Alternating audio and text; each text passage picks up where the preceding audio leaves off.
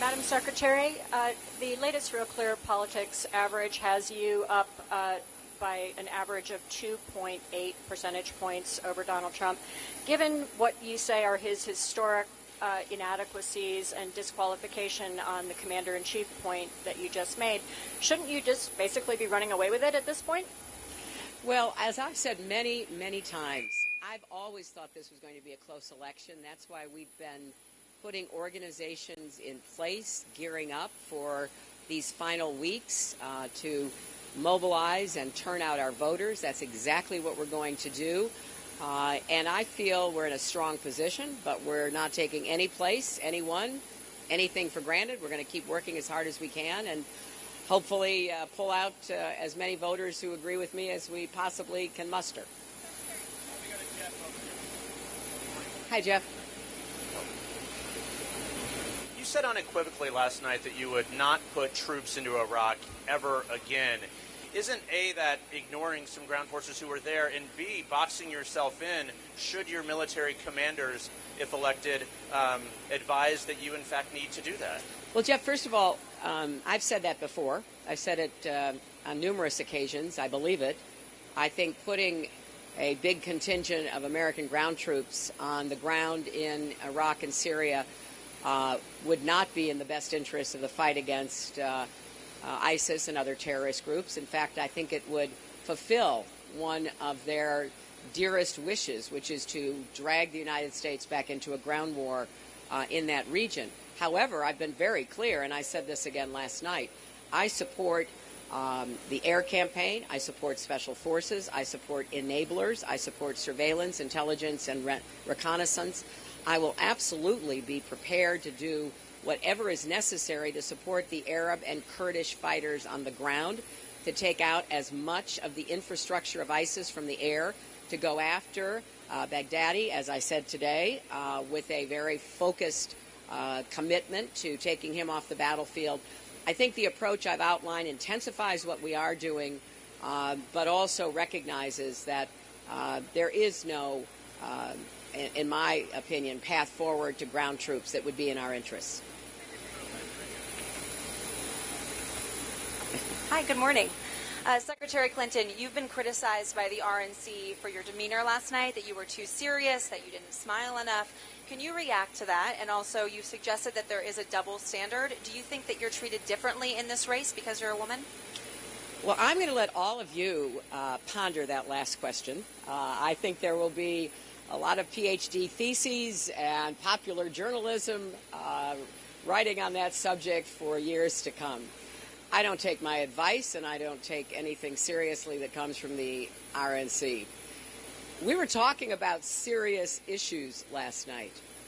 I know the difference between what we have to do to fix the VA, what we have to do to take the fight to ISIS, than just making political happy talk. And I had a very short window of time in that event last night to convey the seriousness with which I would approach the issues that concern our country. Donald Trump chose to talk about his deep admiration and support for Vladimir Putin. Maybe he did it with a smile, and I guess the RNC would have liked that. Thank you, Madam Secretary. Like the hat. Appreciate that. Is this a new look? No, it's kind of an old look now. Oh, you're bringing it back? I'm bringing it back. Went shopping in your closet? You got it. Yeah, I do a lot of that. Last night, Mr. Trump suggested in some of his security briefings that the briefers made a suggestion or an insinuation that they were not pleased, the CIA was not pleased with the decisions that the administration and President Obama have made so far. Did you get that same impression in the briefings that you got, and can you comment otherwise on that suggestion from Mr. Trump? I think what he said was totally inappropriate and undisciplined. I would never comment on any aspect of an intelligence briefing that I received.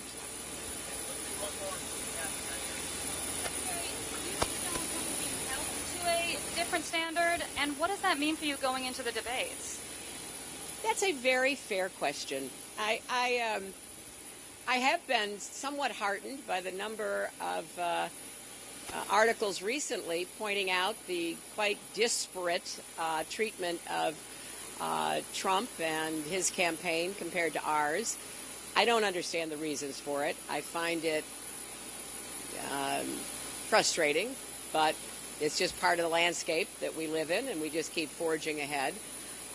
Look,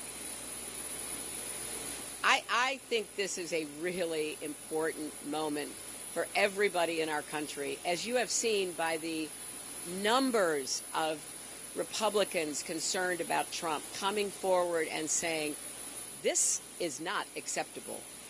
They are willing to put their names out there. People who've never endorsed a Democrat, people who've never endorsed before, because they are so concerned about this man and how totally unqualified he is to be president and how totally temperamentally unfit he is to be commander-in-chief. So I know that he says outrageous things on a pretty regular basis, and I know that's part of the coverage, and I know that it may be difficult to feel that you know exactly how to respond to some of his behavior, but we're on the brink of making a very critical decision for our country. And if I were not the candidate, if I were not the nominee, if I were just a concerned citizen, I'd be out here doing everything I could to sound the alarm about someone like Donald Trump getting anywhere near the White House, and I will continue to do that.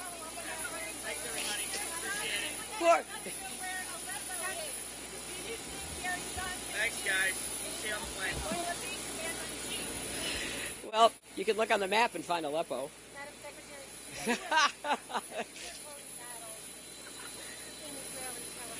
I love you, Andrea. You are indefatigable. You're my kind of woman. I'll tell you what. Look at this. Okay. I know. Go ahead. Go. I mean, the sympathy vote, the whole thing. I love it. Yes. Matt Olson, right. Right.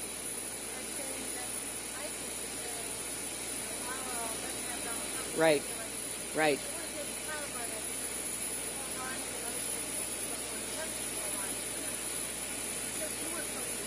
No, that's not true. Well, look, I mean, the Republicans are just in a terrible dilemma trying to support a totally unqualified nominee. I have no sympathy for them. It's their nominee.